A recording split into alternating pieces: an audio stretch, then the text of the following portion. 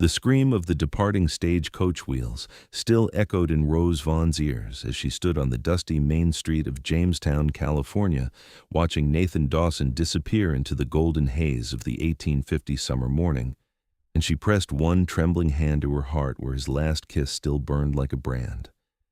She was 18 years old, fresh from completing her own education at the little schoolhouse on the hill, and Nathan had been 20, with dreams bigger than the Sierra Nevada mountains that surrounded their mining town.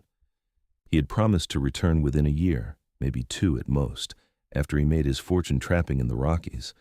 She had believed him with every fiber of her being, had memorized the strong planes of his face, the way his dark hair fell across his forehead, the calluses on his hands from helping his father at the lumber mill. They had grown up together in this town, had shared their first kiss behind the schoolhouse when she was 16, had planned a future that seemed as certain as sunrise. But Nathan did not return in 1 year, or 2, or 5. Rose waited, teaching reading and arithmetic to the children of miners and merchants in that same schoolhouse where she had once been a student herself. She turned down 3 proposals of marriage, each from respectable men who could have given her comfort and security. Her mother pleaded with her to be reasonable, to accept that Nathan had likely perished in the wilderness, or simply forgotten his promises.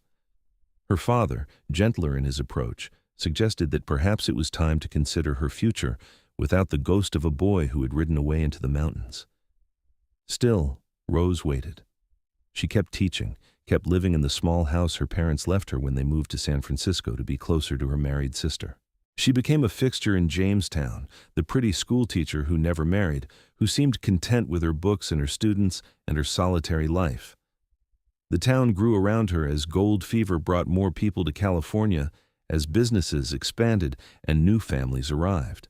The rough mining camp gradually transformed into something resembling civilization, though it retained that wild edge that characterized all Sierra Nevada towns in those days. 20 years passed like water through her fingers. Rose turned 38 in the spring of 1870, standing in front of her small mirror and seeing the subtle changes time had wrought. She was still slender, still moved with the grace she had possessed as a girl, but there were fine lines at the corners of her eyes now, a few threads of silver in her auburn hair. Her green eyes held a depth of experience and perhaps a touch of melancholy that had not been there when she was 18 and full of hope. She had long since stopped truly expecting Nathan to return. The waiting had become simply a part of who she was, like her love of poetry or her habit of taking long walks in the evening. She had built a good life for herself, had taught hundreds of children to read and write and think, had earned the respect of the community. If there was a hollow place in her heart, well, she had learned to live with it. It was a bright April morning when everything changed. Rose was outside the schoolhouse during the noon recess, watching her students play in the yard when she became aware of a disturbance on the main street. Several people had stopped to stare at something, and she heard the murmur of voices carrying on the spring breeze. A man was walking down the center of the street, leading a pack mule laden with furs and supplies. But he was unlike any man Rose had seen in Jamestown in recent years. He stood well over 6 feet tall, with shoulders so broad they blocked out the sun and muscles that strained against his buckskin shirt with every movement. His hair fell past his shoulders, dark brown shot through with silver, and a thick beard covered the lower half of his face. He moved with the confident, economical grace of a predator, his eyes constantly scanning his surroundings in a way that spoke of decades spent in the wilderness where inattention meant death. Rose felt her breath catch in her throat.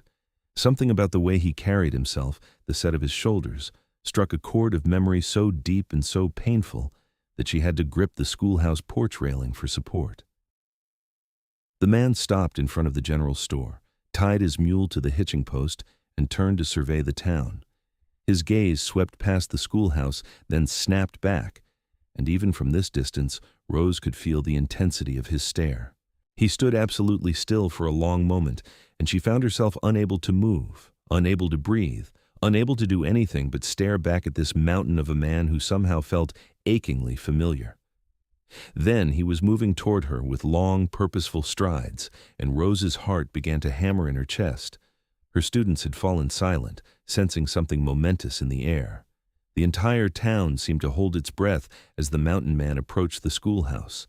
He stopped at the base of the steps, looking up at her, and Rose saw that his eyes were the same startling blue she remembered, though they were set now in a face weathered by sun and wind and hardship. His hands, hanging loose at his sides, were scarred and rough, the hands of a man who had fought and killed and survived against odds most people could not imagine. Rose. His voice was deeper than she remembered, roughened by years of disuse and exposure to harsh elements, but it was unmistakably him. Rose Vaughn. She could not speak, could not form words past the sudden tightness in her throat. 20 years of waiting and wondering and finally accepting that he was gone forever. And now, here he stood, transformed from the young man she had known into this powerful, intimidating stranger who still somehow had Nathan's eyes. "I know I have no right to be here," he continued, his voice carrying easily in the hushed air. "I know I promised to return and I broke that promise, but I'm here now and I'm asking you to hear me out. Please, Rose, just hear me out." She found her voice, though it came out barely above a whisper. "Nathan? Nathan Dawson?" "Yes." He removed his hat, an old battered thing that had seen hard use, and held it in both hands. The gesture was oddly humble for such a physically imposing man. "I have come home. I have come home for you, if you will still have me." Rose became aware that every eye in Jamestown was now fixed on them. Her students pressed against the schoolyard fence, mouths agape. Townspeople had emerged from shops and homes to witness this extraordinary scene. She could feel the weight of their attention, their curiosity, their judgment. "Class is dismissed for the day," she called out, her voice stronger now. "Go home to your families. We will resume lessons tomorrow." There were disappointed groans from the children, who clearly wanted to witness whatever happened next, but they knew better than to disobey Miss Vaughn. They collected their books and slates and scattered toward their homes, though Rose noticed many of them loitering at a distance, trying to catch what would happen next. She descended the steps slowly, her legs feeling oddly unsteady. As she drew closer to Nathan, she was struck anew by the sheer size of him. The boy she had known had been tall and strong from his work at the mill, but this man was something else entirely.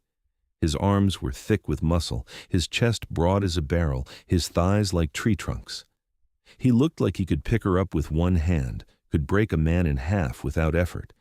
And yet something in his eyes, in the way he looked at her, reminded her of the gentle boy who had given her wildflowers and read poetry to her by the creek. 20 years, she said, stopping a few feet away from him. "You have been gone for 20 years, Nathan." "I know." He met her gaze steadily, not flinching from the accusation in her words. "And I cannot give you back that time. I cannot undo the hurt I caused you. But I can tell you why, if you will listen. I can tell you that not a day passed when I did not think of you, when I did not carry your memory with me like a talisman against the darkness." Rose crossed her arms over her chest, a defensive gesture she was not entirely aware of making. "Then tell me. Tell me where you have been and why you did not come back when you promised, why you did not write, did not send word. Tell me why I waited and waited until I finally had to accept that you were dead or had simply forgotten me." Pain flashed across his face, visible even through the beard. "Can we walk? I do not wish to air this in front of the whole town." She glanced around and saw that they did indeed have an audience. Mrs. Henderson from the boarding house was practically leaning out her window. The men outside the saloon had all turned to watch. Even Reverend Thomas had emerged from the church, his expression one of deep interest. "Very well," Rose said. "We can walk to the creek. But I am making no promises, Nathan Dawson. You cannot simply appear after 20 years and expect everything to be as it was." "I expect nothing," he said quietly. "I only ask for a chance to explain." They walked in silence through the town, Rose very aware of the whispers that followed them, of the incredulous stares. Nathan kept his pace slow to match hers, moving with a controlled power that suggested he was accustomed to covering vast distances on foot. His eyes constantly scanned their surroundings in a way that was both vigilant and unconscious, the habit of a man who had spent decades in dangerous country.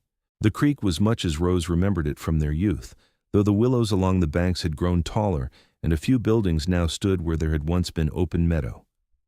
Still, it was private enough for conversation, and the gentle burble of water over stones provided a soothing background to the tension that stretched between them.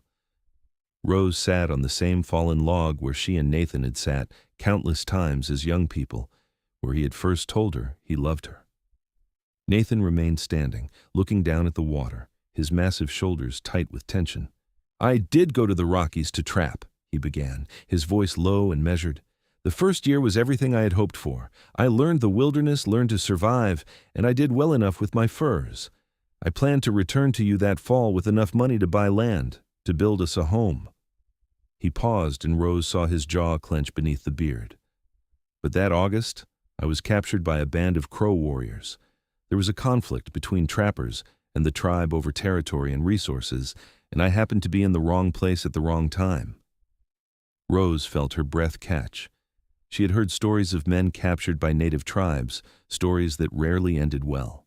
"They took me to their village," Nathan continued. "I thought they would kill me, torture me perhaps. Instead, they kept me as a slave. For 3 years, Rose. For 3 years I was bound and watched constantly. I tried to escape twice and was caught both times. The punishment was severe enough that I learned to wait, to bide my time." He turned to look at her, and the pain in his eyes was raw and real. "I never stopped thinking of you, never stopped planning to get back to you, but escape seemed impossible, and I had no way to send word. I was in the heart of the mountains, hundreds of miles from any white settlement, and even if I could have gotten a message out, who would have delivered it?" Rose found herself leaning forward despite herself, caught up in his story. "What happened? How did you escape?" "I did not escape," Nathan said. "After 3 years, I saved the life of the chief's son during a grizzly attack. It was instinct, nothing more, but it changed everything. They began to treat me differently, gave me more freedom. Eventually, they adopted me into the tribe. I was no longer a slave, but a member of their community." He sat down on the log beside her, though he was careful to leave space between them. "I could have left then, Rose, I know that. But by that time, it had been 4 years since I left Jamestown. I had no money, no furs, nothing to bring back to you. I was ashamed to return empty-handed, to have broken my promise. So I told myself I would stay 1 more season, trap enough to make it worthwhile. And then circumstances intervened again." "What circumstances?" Rose asked, though part of her was not sure she wanted to know. "War," Nathan said simply.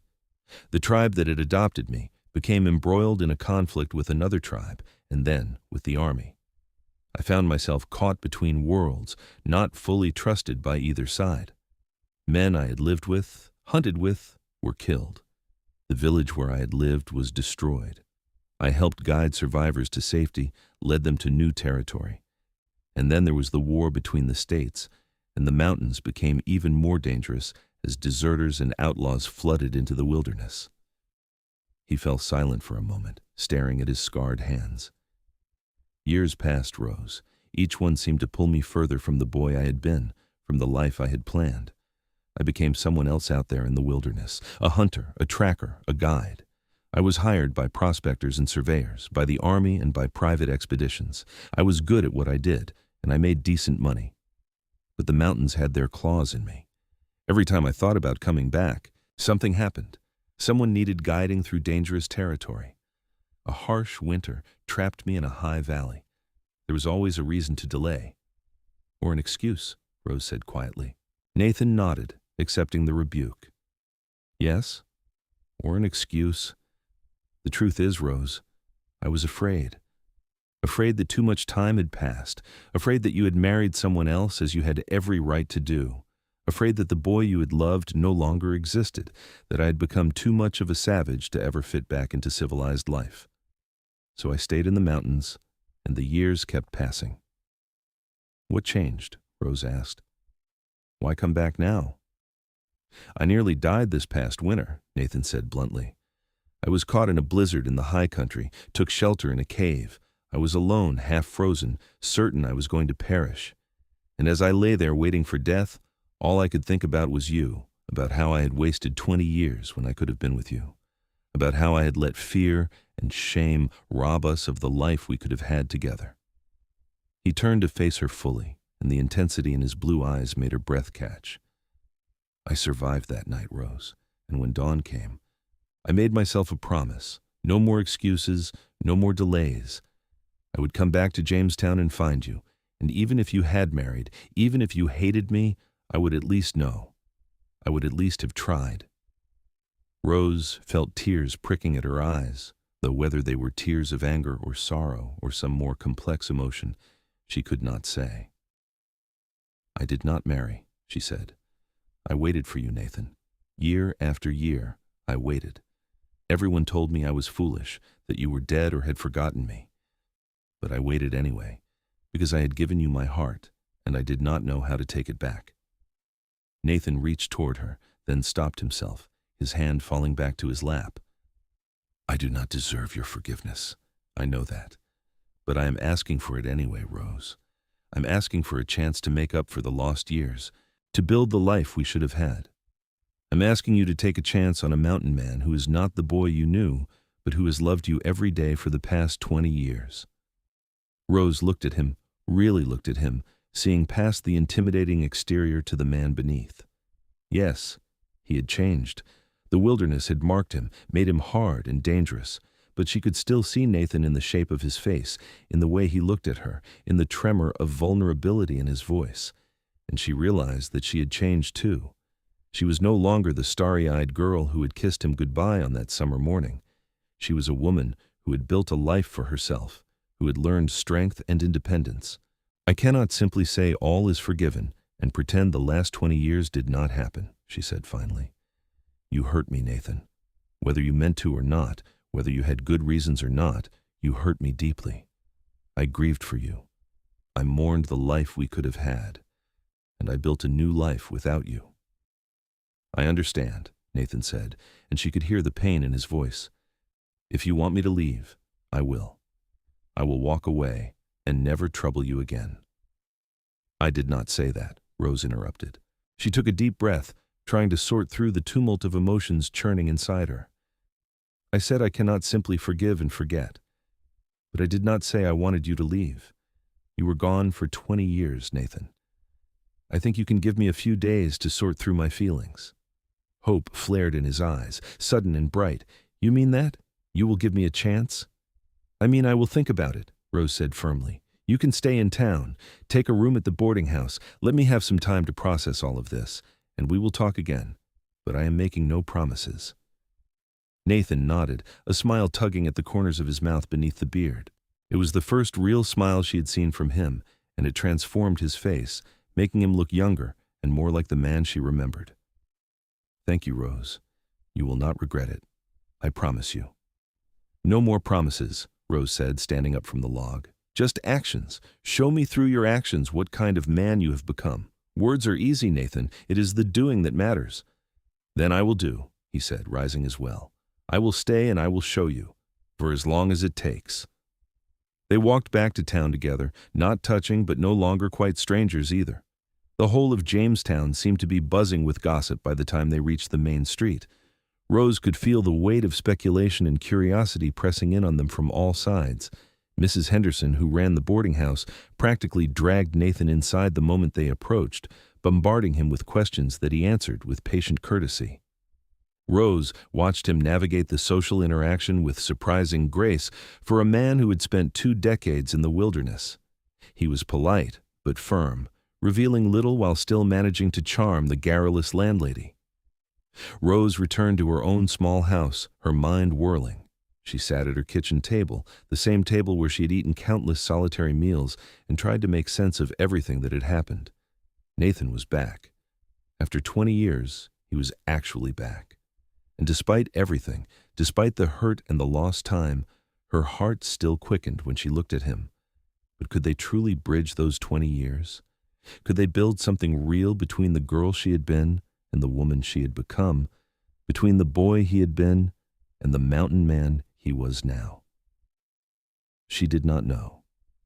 But she found herself wanting to try, and that realization was both terrifying and exhilarating. The next few days established a new pattern in Jamestown. Nathan took a room at the boarding house as Rose had suggested, but he spent his days working around town, helping wherever help was needed. His strength and skill quickly became apparent to everyone.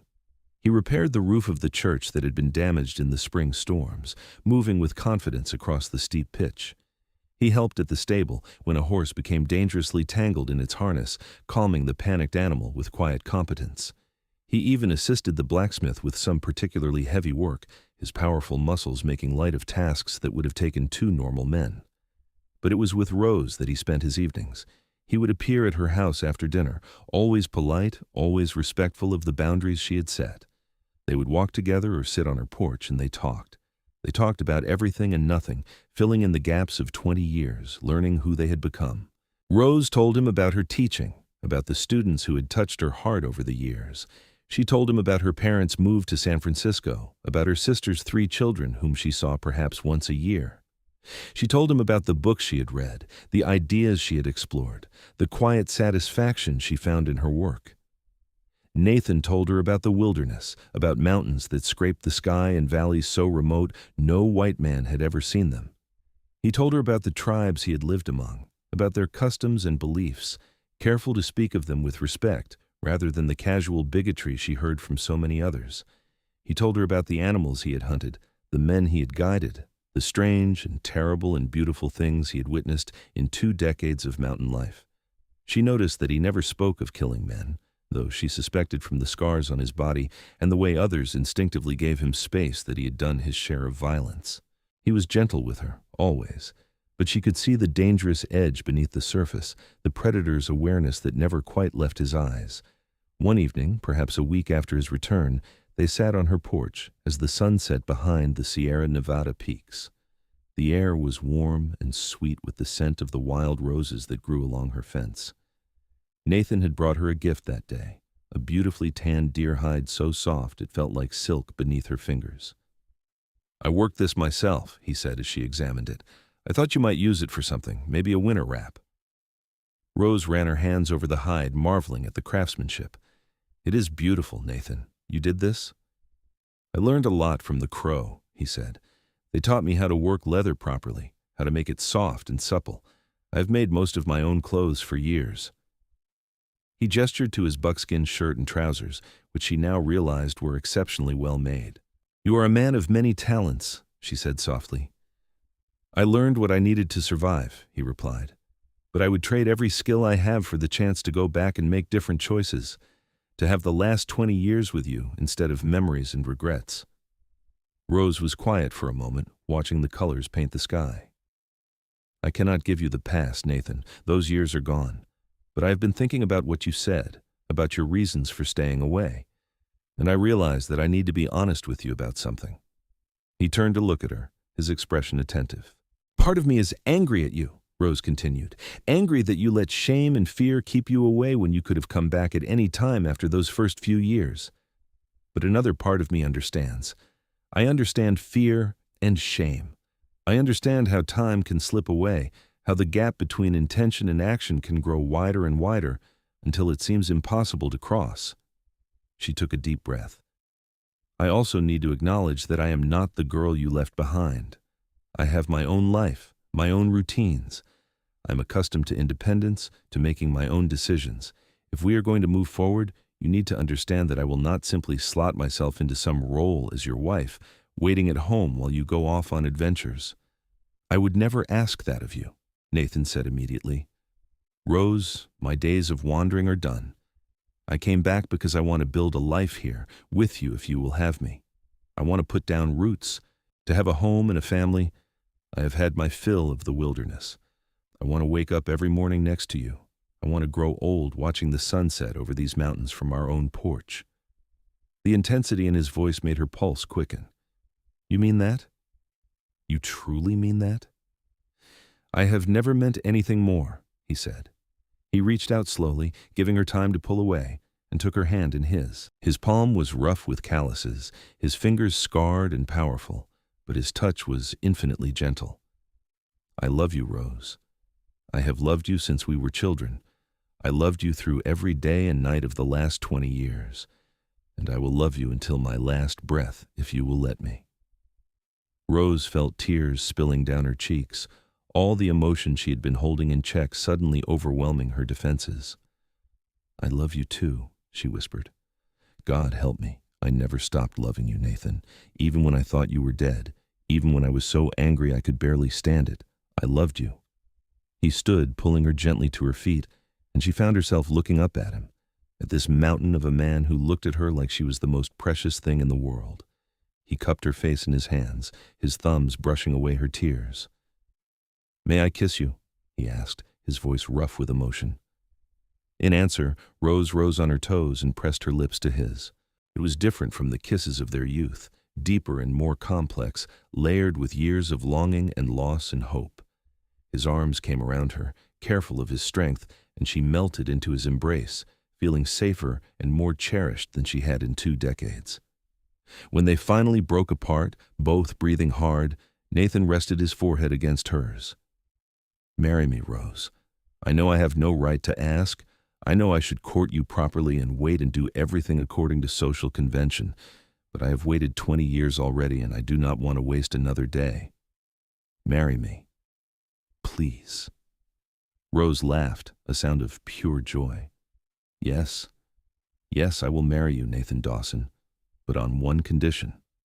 "Anything," he said immediately. "You shave that beard," she said, reaching up to tug on the thick growth. "I want to see your face again." He laughed, a deep rumbling sound that she felt through her whole body. "Done. I will shave it tonight." They were married 2 weeks later in the Jamestown church, with half the town in attendance. Rose wore her mother's wedding dress, altered to fit her slender frame, and carried wildflowers that Nathan had gathered himself from the high meadows. When he arrived at the church that morning, clean-shaven as promised, there were actual gasps from the congregation.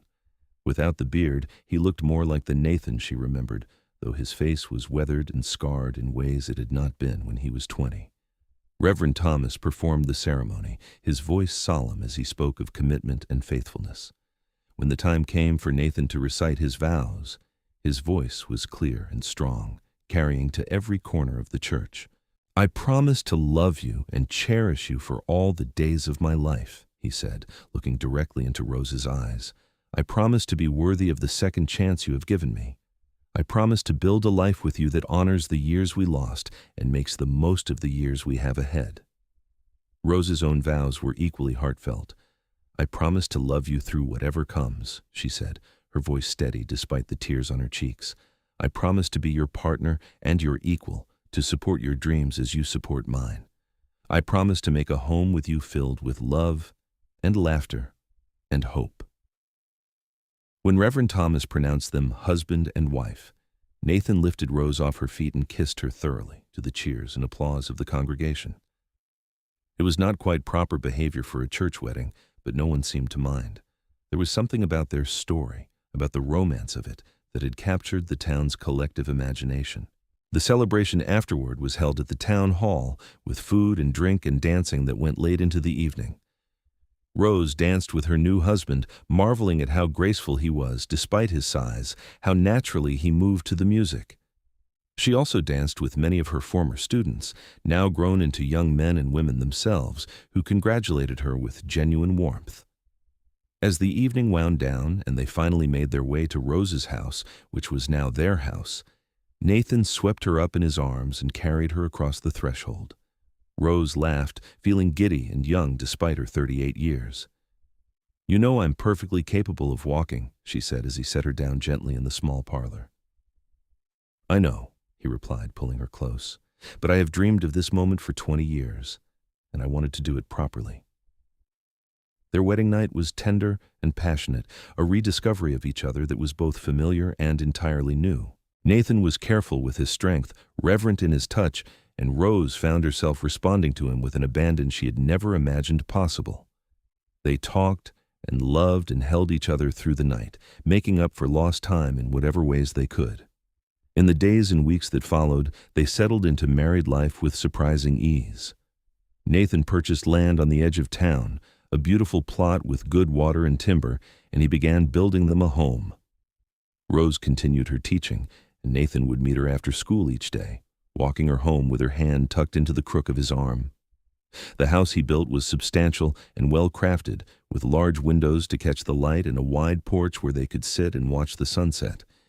He worked with incredible skill and efficiency, His years in the wilderness having taught him how to work with wood and stone, several men from town came to help with the heavier work, though it quickly became apparent that Nathan could have managed most of it alone if necessary.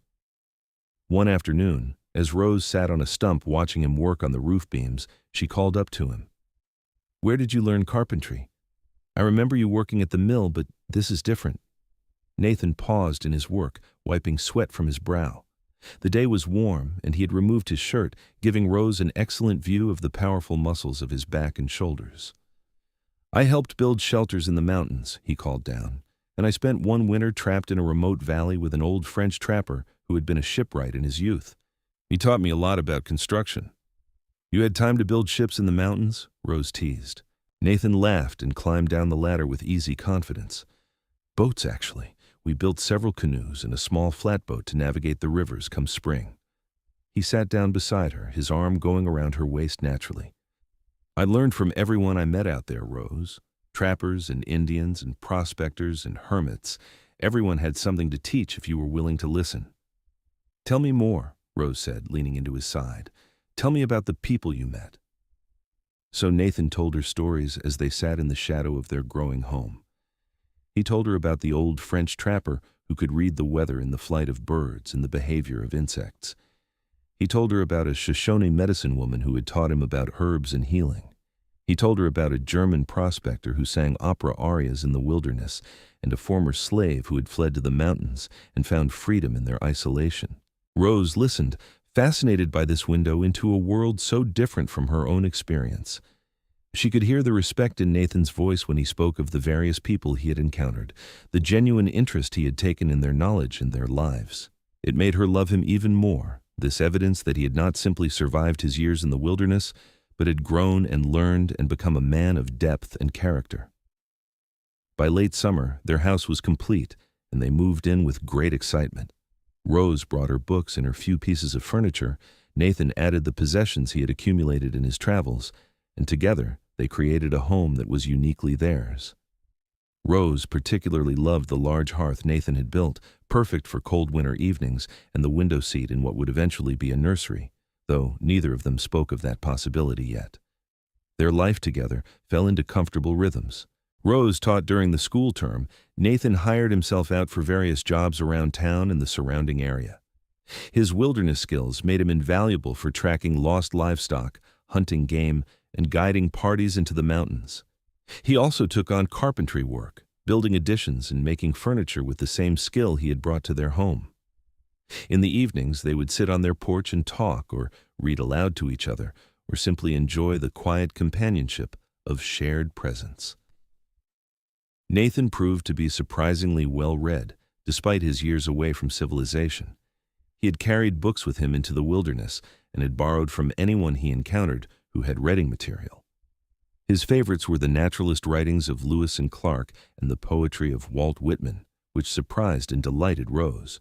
One cool October evening, as they sat wrapped in blankets and watching the stars emerge, Rose voiced a question that had been on her mind. "Do you ever miss it? The wilderness, the freedom of the mountains?" Nathan was quiet for a long moment, considering. "Sometimes," he admitted. "There were moments up there, Rose, when I felt more alive than I ever have, moments of beauty so profound they almost hurt. But you know what I realized? Those moments were hollow because I had no one to share them with. I would see something amazing, a sunset or a waterfall or a herd of elk moving through a high valley, and my first thought was always that I wished you were there to see it too." He pulled her closer. "I do not miss being alone, Rose. I do not miss the constant vigilance, the danger, the isolation. What I miss is the wild beauty of those places, but I would trade every vista and adventure for this, for you beside me, for our home, for the life we are building together." "Then perhaps we should visit the mountains together sometime," Rose suggested. "Not to live, but to see some of those beautiful places you remember. I would like to understand that part of your life better." Nathan turned to look at her in surprise. "You would do that? You would go into the wilderness with me?" "I would go anywhere with you," Rose said simply. "Within reason, of course. I have responsibilities here, and I'm not giving up my teaching. But perhaps next summer when school is not in session, you could take me on a journey." Show me the country you know so well." The smile that broke across Nathan's face was radiant. "I would love that. We could go when the high country opens up, maybe spend a few weeks exploring. I know places you would find breathtaking, Rose. Places where the world feels new and clean and full of possibility." They began planning their summer expedition that very night. Nathan drawing rough maps and describing routes, Rose asking questions and making notes. It gave them something to look forward to, a shared adventure that would blend their two worlds. Winter came to the Sierra Nevada with its usual intensity, bringing heavy snows and bitter cold. But Rose and Nathan were snug in their well-built home, with plenty of firewood that Nathan had cut and stacked before the first snows fell. School continued through the winter months, and Rose would often arrive home to find Nathan had prepared dinner, the house warm and welcoming. He proved to be an excellent cook, having learned by necessity during his years of self-sufficiency. He could prepare game in a dozen different ways, make bread that rivaled anything from the town bakery, and even created surprisingly good pastries. Rose teased him that he had more domestic skills than she did, which he accepted with good-natured humor. On particularly cold evenings, they would sit together by the fire, Rose often grading papers or preparing lessons, while Nathan worked on various projects. He was carving a chess set from different woods he had collected, each piece a small work of art. He was also teaching himself to read and write Crow, working from notes he had made during his time with the tribe, preserving their language and culture in a way that impressed Rose deeply. "Most people would dismiss what you learned from the tribes as savage," she said one evening, watching him work on his language studies. "But you treat it with the respect it deserves." "The Crow saved my life," Nathan said, not looking up from his careful lettering. "More than that, they taught me how to truly live in the wilderness. They had knowledge passed down through generations, tested and refined over centuries. Only a fool would dismiss that as worthless." It was this depth of character, this thoughtfulness and respect for knowledge in all its forms, that made Rose grateful every day that Nathan had returned. He was not just a physically imposing man or a skilled survivor. He was intelligent and curious and kind, and she loved him more with each passing day. Christmas arrived, and they celebrated quietly in their home. Nathan gave Rose a beautiful necklace he had crafted himself from silver and turquoise, the metalwork intricate and lovely. Rose gave him a leather-bound journal filled with blank pages, knowing he had stories and knowledge he wanted to record. They attended Christmas service at the church and hosted a small dinner for a few friends, and Rose felt a contentment she had never quite experienced before. As the new year of 1871 arrived, Rose began to notice changes in her body. At first she dismissed them, thinking perhaps she was simply tired from the winter term of teaching. But as January progressed, the signs became undeniable. She was pregnant at 39 years old, something she had long since accepted would never happen. She waited until she was certain before telling Nathan. He had gone out early one Saturday morning to check on a construction project in town, and she prepared his favorite breakfast, her heart fluttering with a mixture of excitement and nervousness. When he returned, stamping snow from his boots and bringing cold air and the scent of pine into the house, she met him at the door with a kiss. "You are in a good mood this morning," he observed, pulling her close and warming his cold hands against her back. "I have something to tell you," Rose said, looking up at him. "Something important." Nathan went still, his eyes searching her face. "What is it? Are you all right?" "I'm more than all right," Rose said, unable to keep the smile from her face. "Nathan, I am pregnant. We are going to have a baby." For a moment, Nathan simply stared at her, his expression stunned. Then a whoop of joy burst from him, and he lifted her off her feet, spinning her around the kitchen before setting her down carefully, as if she were made of spun glass. "A baby," he said, his voice full of wonder. "We are going to have a baby. Rose, this is wonderful. This is better than wonderful. Are you sure? Are you well? Do you need to see the doctor?" Rose laughed at his sudden anxiety. "I am well, Nathan, perfectly well, and yes, I'm sure. I'm about 2 months along, I think." Nathan pulled her close, his hand coming to rest gently on her still flat stomach. "A baby," he repeated, as if he could not quite believe it. "After everything, after all the lost years, we get this too. It feels like more than I deserve." "You deserve happiness," Rose said firmly. "We both do. We deserve this fresh start, this new beginning." The pregnancy proceeded normally, though Rose had to endure considerable attention from the women of Jamestown, many of whom seemed to feel that a first-time mother at her age required constant advice and supervision. Nathan was alternately thrilled and terrified, treating Rose with such careful solicitude that she finally had to tell him she was not made of porcelain and could still manage her usual activities. She continued teaching until May, when the spring term ended, and her pregnancy was advanced enough that she thought it best to rest.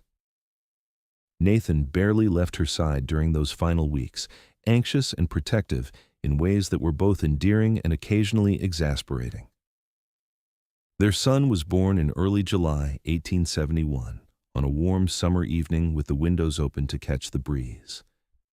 The birth was long and difficult, and there were moments when Rose wondered if she would survive it. But Nathan was there with her throughout, holding her hand, encouraging her, and when their baby finally arrived, red-faced and squalling, both parents wept with relief and joy. They named him Nicholas James Dawson, and from the first moment Rose held him, she knew that every lonely year, every moment of waiting had been worth it to arrive at this place. Nicholas had his father's blue eyes and a surprising amount of dark hair, and he was strong and healthy and perfect. Nathan proved to be a devoted father, doting on his son in ways that surprised everyone. This mountain man, this dangerous and capable survivor, would spend hours simply holding his baby son, singing to him in English and in Crow, telling him stories about the mountains and the sky. Rose would sometimes wake in the night to find Nathan standing by the cradle, just watching Nicholas sleep with an expression of such profound love and wonder that it made her heart ache. Their summer trip to the mountains was postponed, of course, but neither of them minded. They were happy in their home with their new son, wrapped in the small, perfect world they had created. As Nicholas grew from infant to toddler, Rose marveled at the life they had built. Nathan had established himself as one of the most respected men in Jamestown, known for his integrity and skill. He had been asked to serve on the town council, a responsibility he took seriously.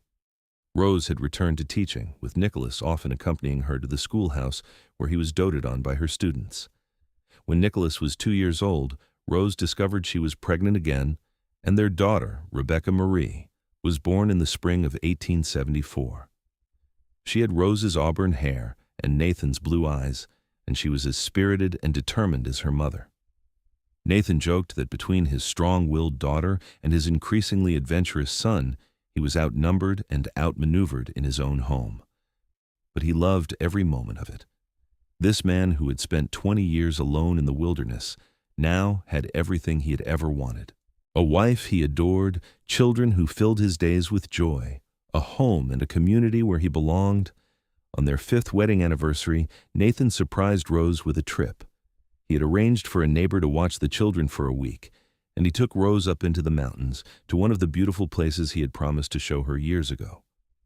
They rode on horseback into the high country, and Nathan taught her how to move through the wilderness, how to read the signs and understand the language of the wild. They camped beside a crystalline lake surrounded by granite peaks, and Rose saw the world Nathan had lived in for so long. She understood better now what he had given up to return to her, and she loved him even more for choosing her, choosing their life together over the wild freedom of the mountains. On their last night before returning to Jamestown, they lay together under a canopy of stars so vast and bright it took Rose's breath away. Nathan held her close, his chin resting on the top of her head. "Thank you," he said softly. "For what?" Rose asked. "For waiting. For giving me a second chance. For building this life with me. I know I can never give you back those 20 years, Rose. But I promise you, I will spend the rest of my life making every day we have together count." Rose turned in his arms to look at him, seeing the love in his eyes even in the starlight. "You already have, Nathan. From the moment you came back, you have shown me every day what kind of man you are. And I choose you, every day. I will always choose you." They kissed under the stars, two people who had found their way back to each other against all odds, who had built something beautiful and lasting from the ashes of lost time. Years continued to pass in Jamestown, each one adding new layers to the rich tapestry of their lives. Nicholas grew into a strong boy who loved exploring the foothills with his father, learning tracking and wilderness skills alongside his schoolwork. Rebecca proved to be as fierce and independent as her mother, showing an early aptitude for reading and a stubborn determination to do everything her older brother could do. In 1877, when Rose was 45 and thought her childbearing years were well behind her, she found herself pregnant once more. Their third child, a daughter they named Sarah Ann, arrived that winter, surprising everyone, including her parents. Sarah was the gentlest of their children, with a sweet disposition and a love of music that Nathan encouraged by carving her a small fiddle and teaching himself to play well enough to give her lessons. Nathan's reputation continued to grow throughout the region. He was occasionally called upon to help track criminals or find people lost in the mountains, his wilderness skills making him invaluable. But he never took assignments that would keep him away from his family for long, having learned long ago that time was the one thing you could never get back. Rose eventually retired from teaching when Sarah was born, but she remained involved in the school, serving on the board and helping to select new teachers. She also began writing down the stories Nathan told her, creating a written record of his years in the wilderness and the knowledge he had gained from various tribes and trappers. Her work was eventually published in a small volume that became popular among those interested in the rapidly disappearing frontier. As the children grew, the Dawson house became known as a gathering place in Jamestown. Nathan and Rose hosted dinners and celebrations, their door always open to friends and neighbors. Nathan taught many of the town's young men wilderness skills, believing that even in an increasingly civilized world, there was value in knowing how to survive and thrive in nature. On quiet evenings when the children were in bed, Nathan and Rose would still sit on their porch and watch the sunset, just as they had done when they were newly married. Sometimes they talked, sometimes they sat in comfortable silence, but always they were together, hands linked, a united front against whatever the world might bring. Nicholas grew into a tall, strong young man who eventually became a forest ranger, dedicating his life to protecting the wilderness his father loved. Rebecca married a newspaperman and became a journalist herself, writing articles about women's rights and social justice that sometimes made her parents proud and sometimes made them worry. Sarah married a music teacher and filled her home with children and song. As Nathan and Rose grew older, their love only deepened. Nathan's hair went completely white, though he remained strong and active well into his 60s. Rose's auburn hair silvered gradually, and she wore reading glasses now, but her green eyes were as bright as ever. They moved with the careful coordination of a couple who had spent decades together, who could communicate with a glance or a touch. On their 20th wedding anniversary in the summer of 1890, their children threw them a celebration in the town hall. Half of Jamestown attended, along with friends and family from across the region. There were speeches and toasts, stories and laughter, and through it all, Nathan kept Rose's hand in his, just as he had done since the day he returned to her. When asked to speak, Nathan stood with Rose beside him and looked out at the assembled crowd. "I'm not much of a speechmaker," he began, his voice still strong despite his 60 years. "But I want to say this. I spent 20 years lost in the wilderness, and I thought I was learning how to survive. But the truth is, I was just existing. I did not truly begin to live until the day I came back to Jamestown, and Rose gave me a second chance." He turned to look at his wife, his eyes soft with love. "You are the best thing that ever happened to me, Rose Dawson. You are my home, my heart, my reason for being. And I thank God every day that you waited, that you forgave me, that you built this beautiful life with me." Rose stood and kissed him, not caring that they had an audience, and the crowd erupted in cheers and applause. As night fell and the celebration continued, Nathan and Rose slipped away to walk under the stars, just the two of them. They climbed the small hill behind the town to a spot where they could see their house in the mountains beyond. "Do you remember the night I asked you to marry me?" Nathan asked, his arm around Rose's shoulders. "Of course," Rose replied. "Right on my porch, hardly 2 weeks after you came back. I thought you were insane asking so quickly." "I was insane," Nathan said with a laugh. "Insane with love and fear that I might lose you again. Best decision I ever made." "Second best," Rose corrected.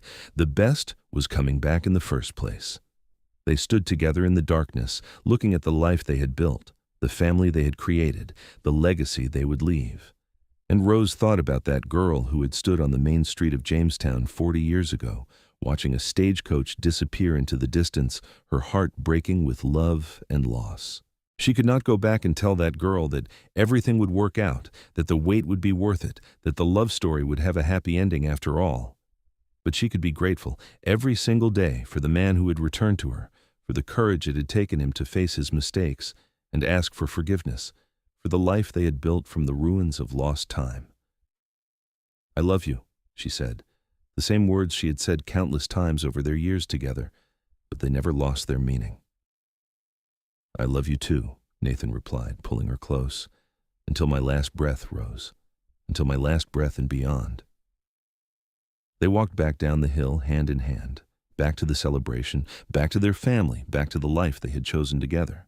And somewhere in the mountains, in the wild places Nathan had once called home, the wind whispered through the pines like a blessing, like a promise kept, like a love story written in the stars and the stones and the enduring human heart. The years that followed were quieter, but no less rich. Nathan and Rose became grandparents many times over as their children built families of their own. Their home remained a gathering place for the growing Dawson clan, especially during holidays when it would be filled to bursting with children and grandchildren. Nathan remained active well into his 70s, though he finally agreed to slow down after a health scare. In his 72nd year, gave them both a fright. After that, he contented himself with gentler pursuits, carving toys for his grandchildren, tending a large garden behind their house, and continuing to teach anyone interested in wilderness skills, though now from the comfort of his own property rather than in the mountains themselves. Rose, now in her 60s, finally completed the comprehensive history of Jamestown she had been working on for years, including interviews with many of the original settlers and their descendants. The book was well received and became required reading in local schools. She took great satisfaction in preserving the stories of their community, in ensuring that the struggles and triumphs of the pioneers would not be forgotten. On summer evenings, they would often be found on their porch, surrounded by grandchildren clamoring for stories. Nathan would tell tales of the mountains, of encounters with bears and wolves, of survival against impossible odds. Rose would share stories from Jamestown's early days, of the gold rush and the rough mining camp that had gradually transformed into a proper town. But their grandchildren's favorite stories were always about Nathan and Rose themselves, about the young love that had been tested by 20 years of separation, about the mountain man who had come back to find his schoolhouse sweetheart, about the patient woman who had waited, and the imperfect man who had finally found his way home. One crisp autumn evening in 1895, as they sat together watching the sunset paint the sky in shades of orange and gold, Nathan took Rose's hand in his weathered one. "Do you have any regrets?" he asked quietly. "About the waiting? About the years we lost?" Rose considered the question carefully, as she always did. "I regret the pain," she said finally. "I regret the lonely nights and the uncertainty. But I cannot regret the result. Those years made us who we are, Nathan. They taught me strength and independence. They taught you wisdom and humility. And when we finally came together, we were ready for each other in ways we might not have been when we were young." She squeezed his hand. "Would I prefer to have had those 20 years with you? Of course. But we cannot change the past, and I refuse to let regret poison the present. We have had 25 beautiful years together, Nathan. We have children and grandchildren who love us. We have built something that will last long after we are gone. That is enough. That is more than enough." Nathan raised her hand to his lips and kissed it gently. "You have always been wiser than me. Rose Vaughn Dawson. I am the luckiest man alive to have you." "And I am lucky to have you," Rose replied. "My mountain man who came home." They sat in peaceful silence as the sun sank below the horizon and the first stars began to appear. Inside the house, they could hear the sounds of their daughter Sarah and her children preparing dinner, the laughter and conversation of family together. It was a sound they had learned to treasure, this evidence of life and love continuing. As the evening star appeared in the darkening sky, bright and steady, Nathan thought about the boy he had been when he left Jamestown all those years ago, full of dreams and ambitions, but not understanding what truly mattered. He thought about the man he had become in the wilderness, strong and skilled, but fundamentally alone. And he thought about the man he was now, surrounded by love, rooted in community, blessed beyond measure. Rose looked at the same star and remembered the girl who had waved goodbye to her sweetheart with tears streaming down her face, who had waited year after year with hope gradually fading to resignation. She remembered the woman she had become through that waiting, the teacher who had touched hundreds of lives, the strong and independent spirit who had built a life even in the absence of love. And she treasured the wife and mother and grandmother she had become, the woman who had learned that love could survive even 20 years of separation, that some things were worth waiting for. They had been given a second chance, a rare and precious gift, and they had not wasted it. They had built a life together that honored both their love and their individual strengths. They had raised children who carried their values into the next generation. They had been part of building a community, of taming the wild frontier while respecting its beauty and power. As they rose to go inside to join their family for dinner, Nathan pulled Rose close for one more kiss under the emerging stars. "Thank you for waiting," he whispered against her hair. "Thank you for coming back," she replied. And hand in hand, the mountain man and his schoolhouse sweetheart walked into their warm, light-filled home, into the embrace of their family, into the blessed certainty of a love that had survived time and distance and doubt to emerge stronger than ever.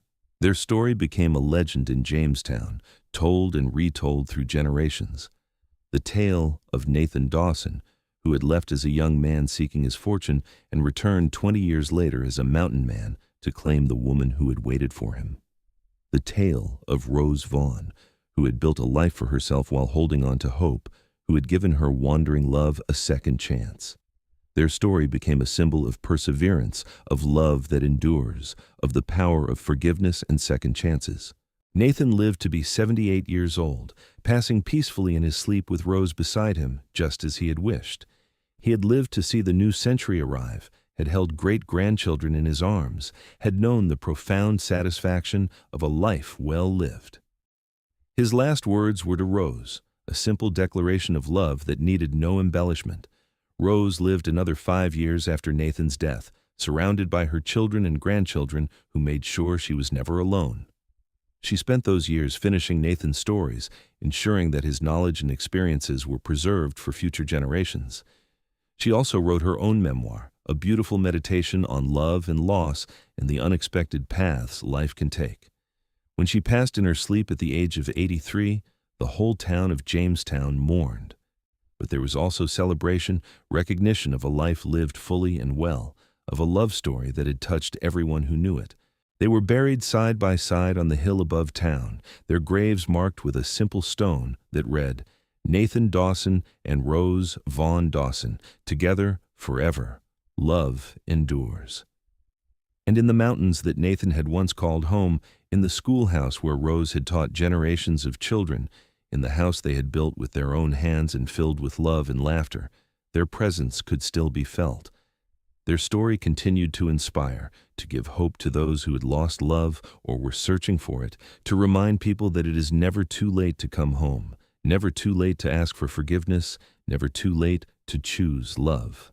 The Wild West that had shaped their lives gradually faded into history, the rough frontier towns becoming settled communities, the vast wilderness increasingly tamed and mapped. But some things remained constant. The Sierra Nevada mountains still towered over Jamestown, beautiful and eternal. The creek where Nathan and Rose had once courted still flowed clear and cold. And in the hearts of their descendants, in the stories passed down through generations, the love between a mountain man and his schoolhouse sweetheart lived on, a testament to the enduring power of the human heart. Their grandchildren grew up hearing the stories, understanding that they came from a love that had been tested and proven true. They learned from Nathan and Rose's example that real love requires patience and forgiveness, that it demands we be willing to face our fears and admit our mistakes, that it asks us to be both strong and vulnerable, independent and committed. The Dawson family flourished in the years that followed, spreading throughout California and beyond. But they always remembered their roots in Jamestown, always returned to visit the graves on the hill and the house that Nathan had built. And they told the story over and over, keeping alive the memory of a mountain man who had the courage to come home and a schoolhouse sweetheart who had the grace to forgive, of two people who had lost 20 years but had made the most of the years they were given, creating a legacy of love that would never fade. In the end, Nathan and Rose's story was not about the years they lost, but about the years they found. It was about choosing love over pride, about forgiveness over bitterness, about building a future rather than dwelling on the past. It was about two people who had been given a second chance and had seized it with both hands, creating something beautiful and lasting from the fragments of their broken plans.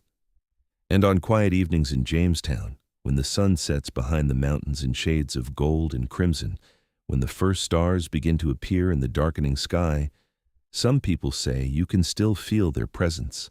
The enduring love of a mountain man and his schoolhouse sweetheart, watching over the town and the family they built together, a reminder that true love never dies, that some bonds cannot be broken by time or distance, that the human heart, when given the chance, will always choose to come home.